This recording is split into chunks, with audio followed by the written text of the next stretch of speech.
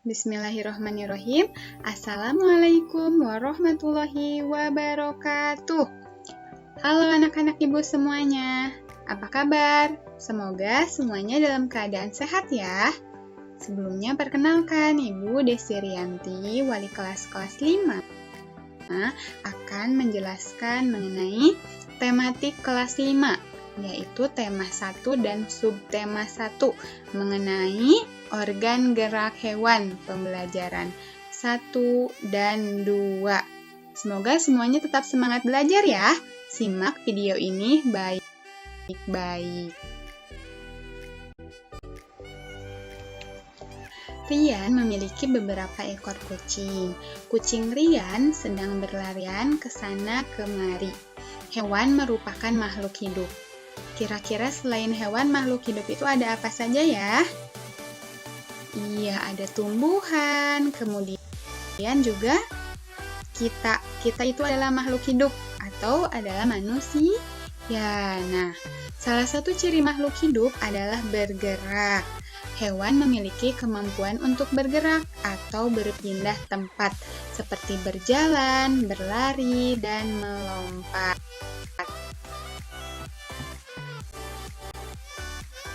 Nah, sekarang coba perhatikan gambar berikut. Nah, di sini kira-kira gambar apa ya? Coba kalian perhatikan. Di sini ada sebuah gambar, kemudian ditunjukkan ada tengkorak, tulang belakang, tulang belikat, tulang pangkal paha, panggul, sendi pinggul, tulang paha, ekor, tulang kering, tulang betis, tulang dada, tulang rusuk, kemudian rahang bawah, dan yang lainnya. Coba kalian perhatikan. Ya, kira-kira ini gambar apa? Dan apa saja sih yang terdapat pada gambar ini? Nah, apa yang kalian ketahui tentang gambar tersebut? Coba yang tadi Ibu sebutkan satu persatu, kira-kira itu apa ya? Kemudian, organ gerak apa saja yang dimiliki oleh hewan tersebut? Kira-kira misalnya kalau hewan tadi kucing, Bu, kira-kira kucing bergerak dengan apa ya? Jadi bisa diketahui organ geraknya apa saja? Kemudian, apa fungsi organ gerak tersebut? Nah, kalian amati lagi, kemudian coba ingat-ingat dan jawab pertanyaan ini ya. Nah, selanjutnya di sini Ibu mempunyai teks yang berjudul organ gerak makhluk hidup. Nah, nanti bisa kalian baca ya. Di sini teksnya terdiri dari 5 paragraf. Nah, Ibu harap kalian membacanya sampai selesai. Nah, setelah membaca teks yang tadi yang berjudul organ gerak makhluk hidup, nah teks tersebut terdiri atas 5 paragraf. Nah, dalam setiap paragraf terdapat ide pokok dan beberapa kalimat pengembang atau kalimat penjelas. Nah, perhatikan ya yang di garis bawahi ini, tolong diingat dan dihafalkan. Jadi, setiap paragraf itu terdapat ide pokok dan beberapa kalimat pengembang atau kalimat penjelas. Nah, ide pokok adalah ide yang mendasari disusunnya sebuah paragraf. Ide pokok disebut juga gagasan pokok atau gagasan utama. Kalimat penjelas adalah gagasan yang memperjelas ide pokok dalam paragraf. Nah, dalam sebuah paragraf hanya terdapat satu ide pokok yang disajikan dalam kalimat utama. Oke, perhatikan ya anak-anak Ibu. Nah, tolong ini dihafalkan dan kalau bisa ditulis di buku tulisnya agar tidak mudah lupa. Kalaupun lupa nanti bisa dilihat lagi. Nah, selanjutnya harus diingat ya atau dihafalkan, nanti siapa tahu di ulangan akan muncul soal mengenai. Nah, kalimat utama adalah kalimat yang mengandung gagasan utama atau ide pokok. Nah, diingat-ingat ya, kalimat utama itu jadi kalimat yang mengandung ide pokok. Kalimat utama yang mengandung ide pokok ini terdapat atau terletak di awal, tengah, akhir, serta awal dan akhir paragraf. Jadi kalimat utama itu dalam sebuah paragraf itu letaknya bisa di awal paragraf, bisa juga di tengah paragraf, bisa di akhir paragraf, bisa juga nih di awal dan di akhir paragraf. Nah, jadi nanti Ibu harap kalian bisa menentukan kalimat utama dalam sebuah paragraf. Nah, Bu, apa kalimat utama? Nah, kalimat utama itu kalimat yang mengandung ide pokok. Nah, kalian harus tentukan di manakah letak kalimat utamanya. Apakah di awal, akhir, tengah, ataupun awal dan akhir. Sampai sini dapat dipahami ya? Nah, berdasarkan letak kalimat utamanya, paragraf dapat dibedakan menjadi 3 jenis, yaitu yang pertama, paragraf deduktif. Apa yang dimaksud paragraf deduktif? Paragraf deduktif yaitu paragraf yang kalimat utamanya terletak di awal paragraf. Nah, kalau kalimat utamanya ada di awal, ada di kalimat awal, maka itu dinamakan paragraf deduktif. Kemudian, yang kedua yaitu paragraf induktif, yaitu paragraf yang kalimat utamanya terletak di akhir paragraf. Nah, kalau letaknya di akhir, namanya paragraf induktif. Kemudian yang ketiga adalah paragraf campuran, yaitu paragraf yang kalimat utamanya terletak di awal dan di akhir paragraf. Nah, itu dinamakan paragraf campuran. Nah, sekarang perhatikan gambar berikut. Nah, di sini ada sebuah gambar, kemudian di setiap gambarnya itu ada sebuah cerita. Nah, coba perhatikan gambar pertama. Itu gambar pertama terlihat seorang laki-laki atau bisa dikatakan bapak-bapak ya, sedang menggergaji sebuah kayu. Nah, coba dilihat ceritanya. Hari Minggu kemarin, ayah berencana akan membuat kandang kelinciku. Aku sangat senang, aku pun bergegas membantu ayah untuk membuat kandang kelinci bersama. Oh, ini jadi seorang ayah yang akan membuatkan kandang kelinci untuk anaknya ya. Kemudian nyambung lagi ke gambar kedua. Tuh, bisa dilihat ya gambarnya. Kerangka dari kandang kelincinya itu sudah terbentuk. Nah, ceritanya yaitu saat ayah sedang menggergaji kayu, aku pun ikut mengangkat beberapa kayu yang akan digunakan untuk membuat kandang kelinci. Nah, lanjut ke gambar ketiga. Tuh, itu bisa dilihat ayahnya itu sedang memegang kelinci ya. Jadi mungkin si kandang kelincinya itu udah jadi si kelincinya mau dimasukkan. Nah, kita baca ceritanya. Setelah beberapa saat, kandang kelinci pun sudah jadi. Aku dan ayah memasukkan kelinci-kelinciku ke dalam kandang. Kemudian, gambar keempat, ayah memintaku untuk memberi makan kelinci-kelinciku dengan wortel. Ayah juga berpesan kepadaku agar selalu merawat dan menjaga kelinci-kelinciku dengan baik.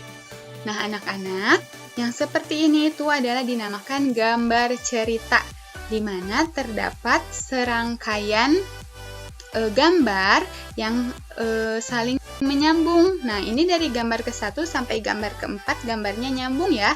Dimulai dari ayah menggergaji kayu untuk membuat kandang kelinci, sampai kandang kelinci itu jadi, kemudian kelincinya dimasukkan dan diberi makan wortel.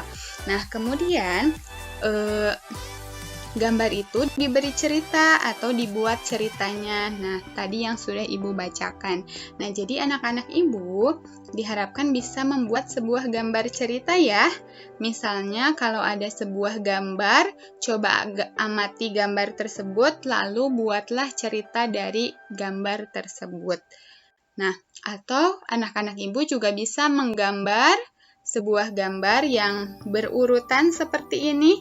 Nah, setelah digambar, lalu buatlah ceritanya. Nah, yang seperti itu dinamakan gambar cerita. Nah, biasanya gambar cerita itu bisa terdapat di dalam majalah, ataupun koran, ataupun sebuah buku. Nah, mengenai gambar cerita, Gambar cerita adalah suatu bentuk karya seni yang menggunakan gambar-gambar tidak bergerak yang disusun sedemikian rupa sehingga membentuk jalinan cerita. Nah, seperti tadi ya, gambarnya ada 4 dan gambar-gambar itu saling berhubungan sehingga nanti ceritanya juga bisa nyambung. Nah, kira-kira anak-anak ibu bisa ya membuat gambar cerita? Bisa. Insya Allah.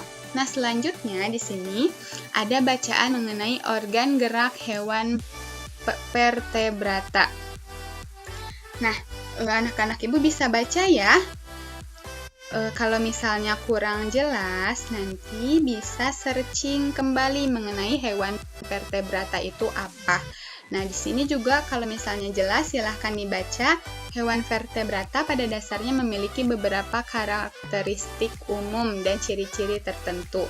Nah, beberapa karakteristik dan juga ciri umum yang dimiliki oleh hewan vertebrata antara lain susunan tubuhnya sudah kompleks, memiliki tulang belakang, otaknya terlindungi oleh rangka, memiliki dinding sel, ukuran tubuhnya besar dan berjalan cepat.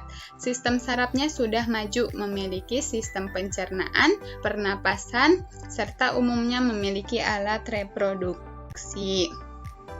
Nah, hewan vertebrata ini juga disebut dengan hewan bertulang belakang. Nah, kira-kira apa saja ya contoh hewan vertebrata? Nah, di sini Ibu akan memberikan contoh mengenai hewan vertebrata atau hewan yang bertulang belakang beserta organ geraknya. Nah, yang pertama yaitu kelompok hewan Pisces. Pisces itu adalah contoh hewannya seperti ikan-ikanan ya, maupun itu ikan gurame, ikan hiu, ikan paus, ikan nila, atau ikan apa lagi yang kalian ketahui? Ikan cupang, atau misalnya banyak lagi ya. Nah, itu masuk ke dalam golongan Pisces. Nah, kalian bisa perhatikan di sini organ geraknya tuh, dimulai dari sirip, kemudian ekor. Nah, itu adalah organ geraknya. Dan kalian bisa baca alat gerak hewan Pisces itu terdiri dari berbagai jenis. Ikan memiliki alat gerak berupa ekor dan sirip yang terdapat pada tubuhnya. Ikan juga memiliki gelembung renang untuk membantu pergerakan di air. Nah, diingat ya, hewan vertebrata yang pertama yaitu kelompok hewan Pisces. Nah, Pisces ini adalah kelompok ikan-ikanan. Nah, ikan apapun itu tergolong ke dalam kelompok hewan Pisces. Kemudian yang selanjutnya, nah, ada kelompok hewan amfibia. Amfibia itu contoh hewannya adalah seperti katak dan salamander.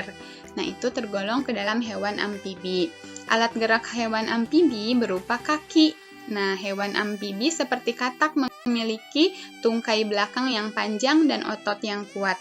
Selaput pada tungkai katak berfungsi mempermudah ketika berenang. Kemudian yang selanjutnya adalah kelompok hewan reptilia. Nah, reptilia ini contoh hewannya seperti ular, kadal, kura-kura, cicak, buaya. Pokoknya yang merayap itu masuk ke dalam kelompok hewan reptilia. Nah, hewan reptilia ini mempunyai alat gerak berupa 4 buah tungkai atau kaki yang terdiri atas 2 kaki depan dan 2 kaki belakang. Reptilia jenis ini bergerak dengan cara merayap, contohnya seperti cicak, kadal, buaya, tetapi juga anggota reptilia yang bergerak secara melata dengan seluruh bagian tubuhnya seperti ular, kemudian apalagi? Cacing ya. Nah, selanjutnya adalah kelompok hewan apes. Apes itu kelompok hewan burung. Contoh hewannya seperti ayam, bebek, burung. Burungnya boleh burung beo, burung merpati, ataupun jenis burung apapun itu masuk ke dalam apes ya. Nah, kelompok apes ini ketika di darat, hewan apes bergerak menggunakan 2 kaki, misalnya ayam. Nah, apes juga memiliki sayap yang berfungsi untuk terbang, seperti itu. Kemudian yang selanjutnya itu kelompok hewan mamalia. Bu, apa kelompok hewan mamalia? Mamalia itu adalah hewan yang melahirkan. Contohnya seperti hewan kelinci, kucing, kuda, sapi, kambing, dan apalagi coba? Coba kalian bisa ingat-ingat hewan yang melahirkan. Ada apa lagi ya? Pada umumnya hewan mamalia itu memiliki 4 buah kaki dan jari-jari sebagai alat gerak. Alat gerak mamalia dilengkapi dengan tulang-tulang dan otot yang kuat, sehingga mamalia tidak hanya bisa berjalan, tetapi juga berlari dan melompat. Nah, anak-anak ibu, kelompok hewan yang barusan silahkan kalian hafalkan ya dengan baik. Tadi dimulai dari kelompok fishes atau ikan-ikanan, kemudian ada amfibi, kemudian ada apa lagi tadi? Apes, mamalia. Nah, coba kalian pelajari lagi dan kalian harus bisa membedakan hewan-hewan berdasarkan kelompok.